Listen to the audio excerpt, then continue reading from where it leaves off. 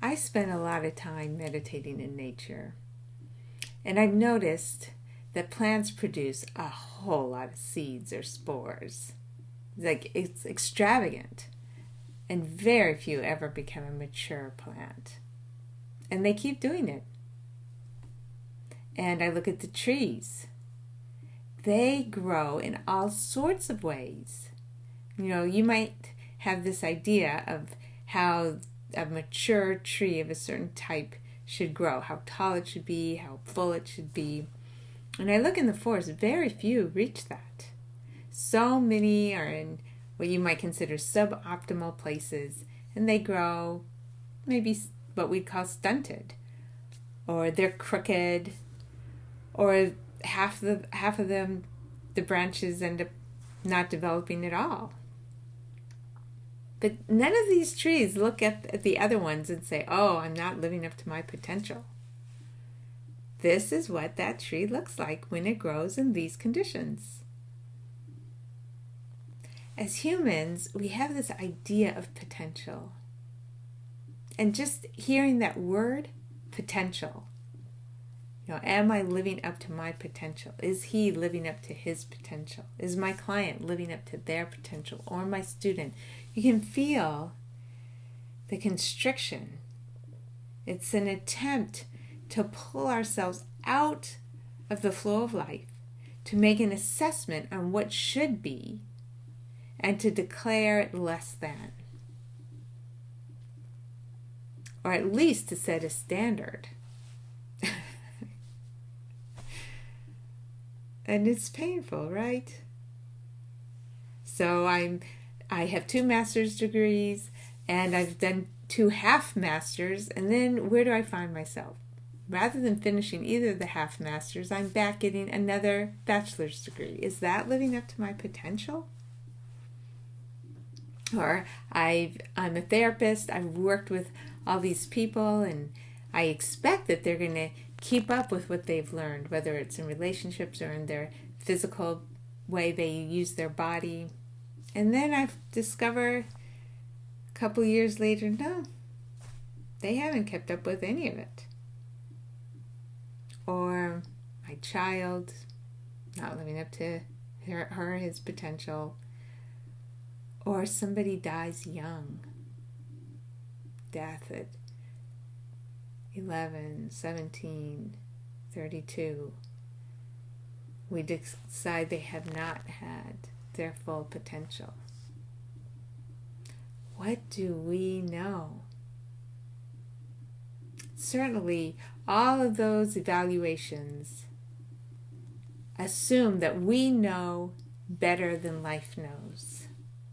And since so many of us believe it, we think it must be true. But I found that reality is much more like a puzzle. Our idea of potential is that everybody learns to have about an even amount of space. Everybody learns how to give and take, and we get into this nice, balanced place. But real life is much more like this kind of a puzzle. There's space, there's pieces here that seem to give or dominate or thrust into influence. Others that receive, learn, what is this? Depend on, need. There's all kinds of pieces. When we start to open to not knowing and start to notice the wholeness and completeness of life in all of its forms,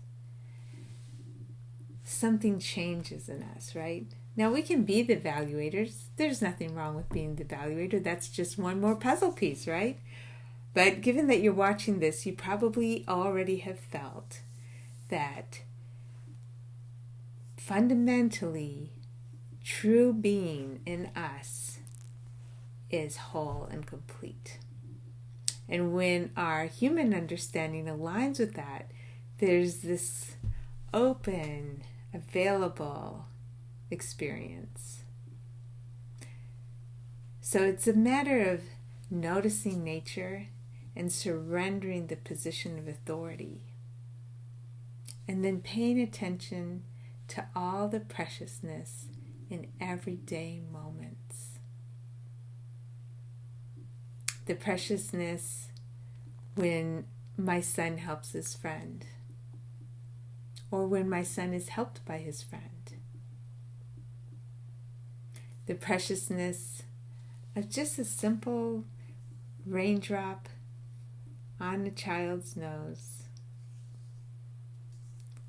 The preciousness of life that ends at 14 years. The preciousness of being in a bachelor's degree, interacting with a whole different crowd of people again, learning, receiving. Life doesn't seem to be about those achievements we call potential. Life is about the mystery of the puzzle once we open to it without evaluating. And in that place, there's a not knowing, there's a discovery, there's a curiosity, there's an openness. So the idea of potential is totally allowed and painful. And the surrender into wholeness and completeness that is not dependent on any human definition, the wholeness and completeness that is inherent in life's being, allows us to drop those concerns and simply savor all of the expressions